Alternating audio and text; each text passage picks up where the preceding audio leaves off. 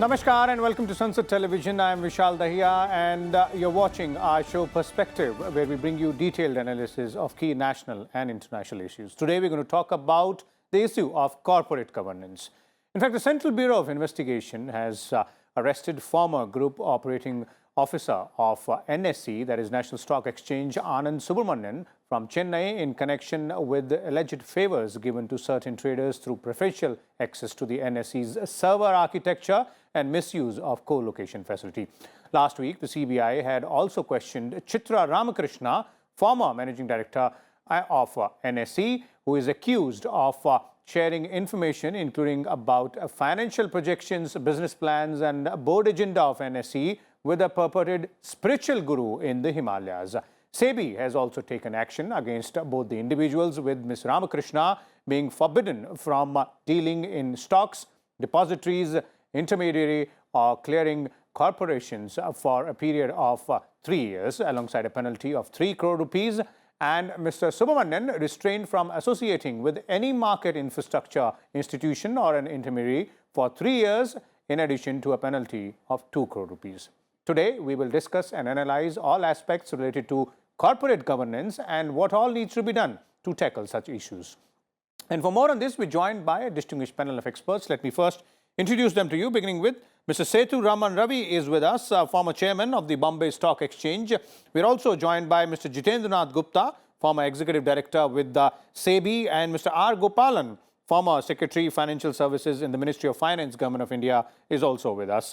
Welcome, all of you gentlemen, to Sunset Television. Let me begin with you, Mr. Gupta, and let me start by asking, laying it down for our viewers when we are talking about this particular case, taking a cue from here, as to if you could give us more details as to what exactly are we looking at, the NSE scam or the co-location scam, and what are the key concern areas vis-a-vis corporate governance and the National Stock Exchange there? Thank you very much for having me on the Sunset TV. So there are the two issues there. One is issue of the co-location and its misuse. The second issue is the failure of corporate governance, as has been brought by recent SEBI order, which involved Madam Chitra Ramakrishnan and Anand, and failure of governance system. So let us take it one by one. I don't know how many of us very clearly understand what is co-location. Co-location is nothing. What happens generally, a broker has a server, broker has a terminal, and the terminal interacts with the terminal of exchange or the system of exchange. And since there is a distance, either by a cable or through the VSAT or whatever it may be, there is a latency. That means whatever signal the broker gives to the exchange, it takes time to reach to the exchange. Now, when the high frequency trading came, it was very much in the thought process that how to reduce that latency, so that when the moment a person thinks of pushing an order, that order can be executed. So the high speed connections happened, the high speed connections happened. And then a concept came in the West where the servers of the broker could be located into the exchange premises, so that the cable distance reduces and the latency reduces. So that was the co-location. Okay. But what happens when you are having the system is good, but the people who are manning the system may not be as good as the system itself. Okay. So I do not know the detail, but the allegation is that when the co-location facilities were given, certain brokers or certain traders were facilitated where their orders were given a priority. So in today's market, when the orders are given priority over somebody else, there are chances where I may benefit at the cost of Mr. Gopalan or Mr. Sethu Raman. That is one part of it. So that is the co-location scam, and which is already investigated by SEBI, and it is being done by CBI and other agencies. So it will not be prudent for any one of us to talk into what the agency is doing, what the agency should do, or what it can be do. It is beyond our capability. The second issue that is there, when Madam Chitra Ramakrishna was CEO of NSE, she did certain appointments which were in gross violation of what were the norms and procedures, and the fact that the person who was appointed was not competent, not thought to be competent. So here there are two violations. One, the violation of the norms and procedure for doing it. Second, appointing a person who is not competent as per the report. Okay. And third issue that is there, her claim that all her actions were guided by a yogi somewhere. Now the question that one has to ask here, that is NSE bad or is a person bad? Okay. My opinion is, which I have been voicing, is this: as far as the stock exchange concerned, whether it is BSE, NSE, or MCX, the systems of our stock exchange are best in the world. When I say best in the world, I mean every word of it. Okay. The systems are perfect, and our procedures are also better than any other exchange. In India, I am telling you about my experience in 2010, when even in 2010, our risk management system, our margining system, our trading settlement system was probably the best in the world. Okay. Even in US and other places, the risk management was with a delay of 24 hours, whereas in NSE, BSE, and other exchanges, it was almost instantaneous. Okay. So the risk has been contained. Okay. What happens, whatever system you may design, the integrity of the system will always depend upon the person who is manning it. Manning the system. You may have the best system in Rajya Sabha TV, but if the person who is heading the Rajya Sabha TV, if he wants and he wants to bypass something, he may bypass.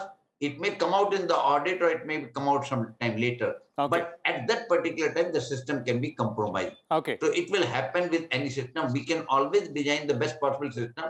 We can reduce the chances of manipulation, but Indeed. we can never avoid all things. And I will come back again if you have any. Indeed, definitely. I'll come back to you, Mr. Gupta, and you've laid down certain fundamentals there specifically for our viewers to understand as to what we are talking about, what we are looking at. Let me bring in Mr. Setu Raman, Ratnam Ravi as well here. Mr. Ravi, you've been at the helm of affairs at BSE, and as Mr. Gupta was referring to, it looks like there have been some glaring violations or lapses vis-a-vis the, the working of certain individuals in the National Stock Exchange with respect to certain aspects. Now, the question I want to ask is your views on what Mr. Gupta is pointing out, that the systems are best, the corporate governance systems in place are best, but it depends on the individuals. That is one. And two, what has been your experience vis-a-vis the way systems work, the way, rules, regulations which are in place, their efficiency, and the way they need to be implemented? So thank you for inviting me. The first question is, are the exchanges good enough? Mr. Gupta has very clearly articulated that the exchange, as being a part of BSE, the exchanges, and I don't want to distinguish between NSE and BSE, it will not be proper on my part. But both the exchanges, the systems and procedures are one of the best. And if you compare it with global practices, they are one of the best, the fastest technology, the safest, the cyber security, the systems, the procedures, well laid out manuals, etc., etc. So it's all a very, very clearly done thing as far as systems are concerned. The second part is about the people who run the exchange. It's very important there are laid down procedures, and those procedures have to be followed very, very diligently by the person or the persons who are at the helm of affairs. It's very important, because what happens is, if we do not follow the rules and if we just deviate from it, these are very public offices and these are public places where the confidence of the small investor, big investor, everybody is residing there. So it's very important that the systems and procedures are apt. So as far as your first question is concerned, there has been, the systems are well laid out, the regulations are very strong, and time and again, the market infrastructure regulations have been evolved. Corporate governance has been given a lot of, teeth, and there are a lot of committees. There are 16 committees in an exchange. Let me tell you, you have 2-day board meetings Gupta ji will tell you about this. 2 days you have to be away, and 16 committees, right from IT committee, risk management committee, and there are stakeholders committee to everything. Okay. So that is my take as far as the systems that are prevalent in both the exchanges concerned. Okay. What about your second question? The second question was almost related to what you have responded to. In any case, it was all about as to what your view is in terms of, the way systems need to work and their efficiency as well. So I would like to make only one statement. So, there is something in the air, they say, all the time. Where there is any issue of governance, you will come to know before. You will hear these murmurs. And I think it is very important for the people who are in governance, including the board, to get those feedback. Whistleblower policy is one of them. And you get numerous complaints about all that.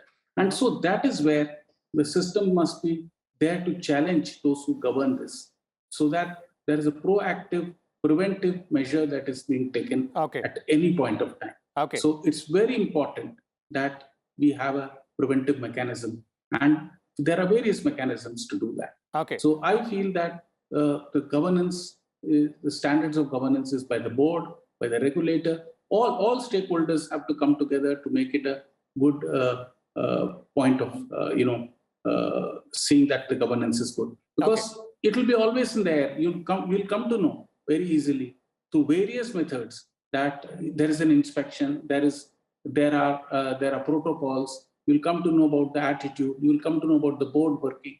All that is very, very transparent in today's world. I think it's very easy to assess that. Okay. Let me bring in Mr. R. Gopalan here as well. Mr. Gopalan, your views on the overall whole episode which we're talking about, and also, the larger concept of corporate governance when we are looking at not only at, the NSE or the BSE or the MCX as well, overall corporate governance in the corporate world, not only the markets.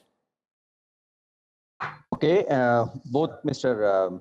Gupta and Mr. Ravi have indicated how things are functioning. They have a lot more experience at the ground level. Therefore, their appreciation of the situation must be respected and taken on board. As far as from the government side was concerned, we were looking only at the market infrastructure institutions regarding the ownerships, the systems, the governance, how they are being regulated, how efficiently they are operating, and getting a feedback as to how that system can be corrected, how the systems were able to take into account, reach the nook and corners of the country so that various investors can participate in the markets.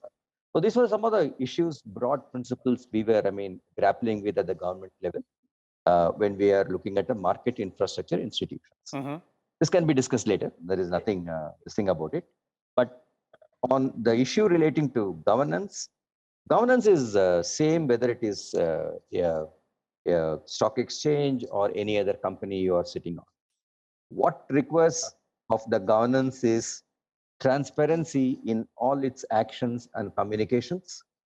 And those things are handled very clearly, accurately, and timely. These are the basic things which the governance really needs to have. Okay. And if NSE had a problem, yes, there was a problem, as both Mr. Gupta and Mr. Ravi have indicated.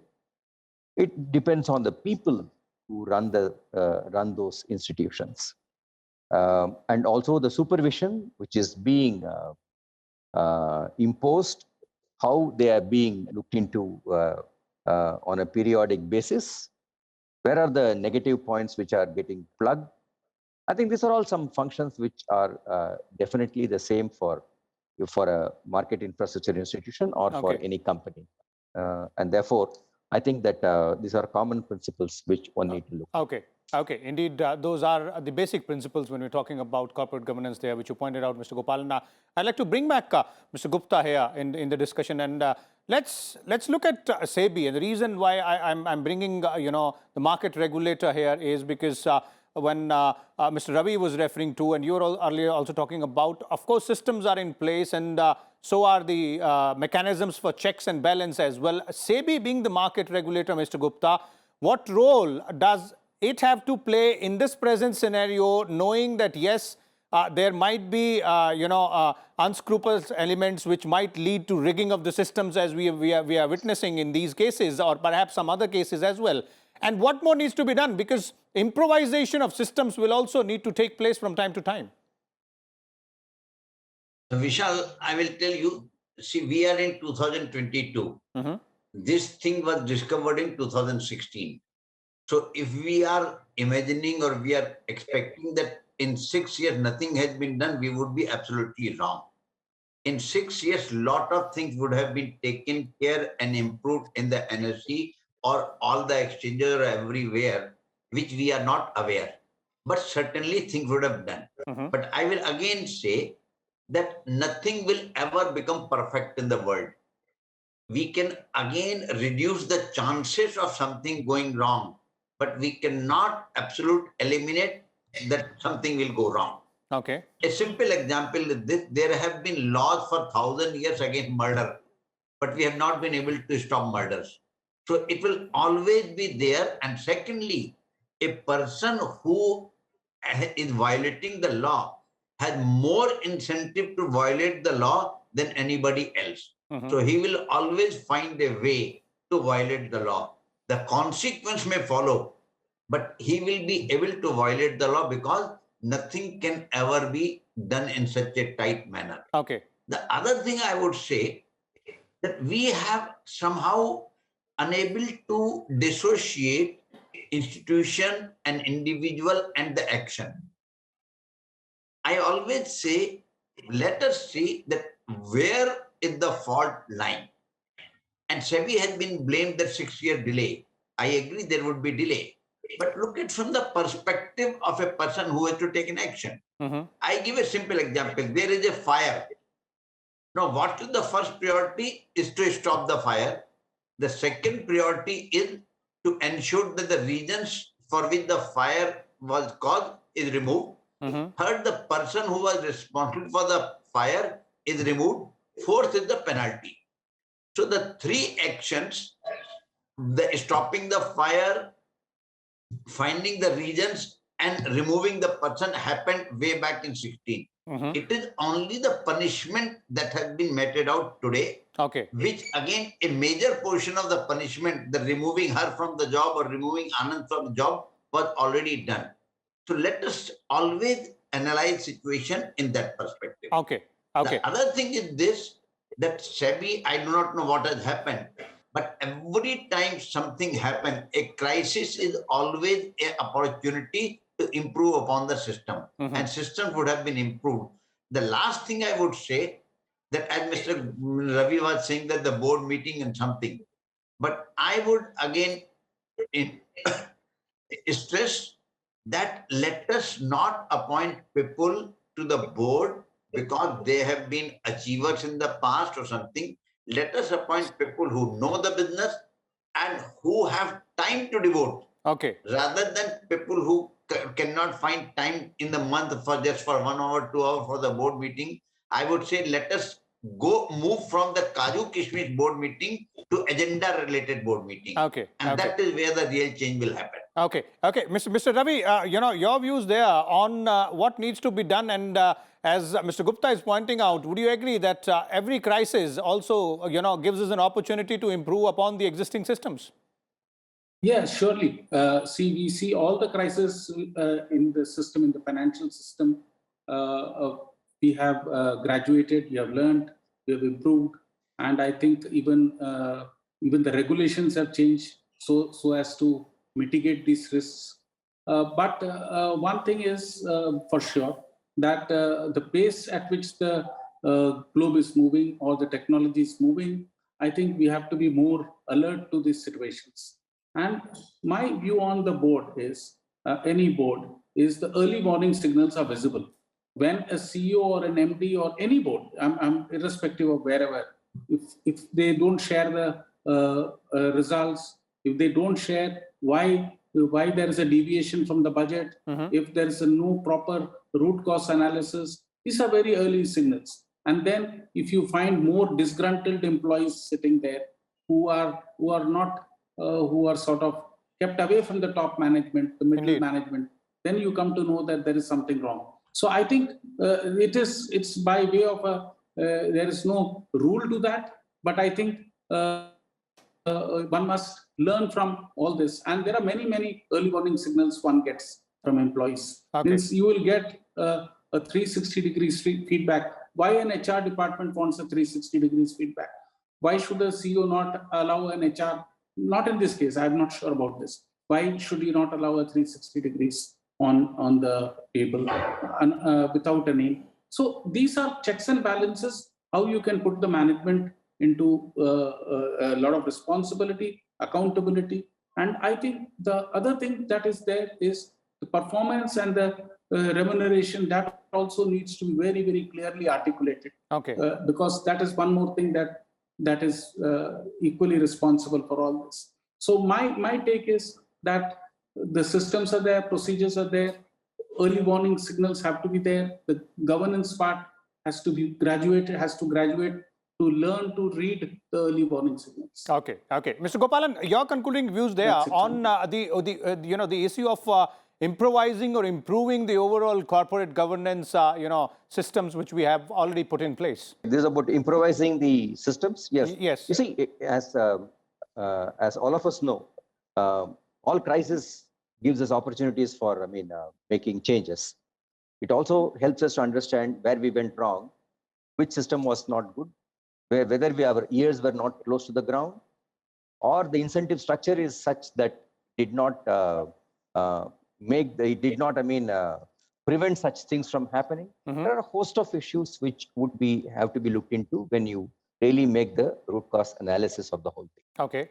But the point also remains that if you say that, a particular thing will happen, it is bound to happen because it is fate or whatever, I think one needs to look at it with a little bit pinch of salt. It's like this. Why is it, the violation of law takes place? Because either the policing is not, adequate, or the punishment is not adequate. Either of the two things have not happened, and therefore, the violation of law, really takes place. Okay. So I think it happens. It's either in the criminal system or in the corporate side or any other side. You will find that this is a golden principle one should always follow to ensure that recurrence of such things are, reduced to the maximum. Okay, there it is. Thank you so much, Mr. R. Gopalan, Mr. Jitendranath Gupta, as well as Mr. Sethuratnam Ravi for sharing your views and insight. As our experts were pointing out, of course, our existing systems are pretty robust, but every crisis brings an opportunity to improvise upon these systems, and there is, of course, an opportunity to further improve upon the issues of corporate governance in all spheres. We'll come back again with a different topic. Till then, keep watching Sunset Television. Thank you.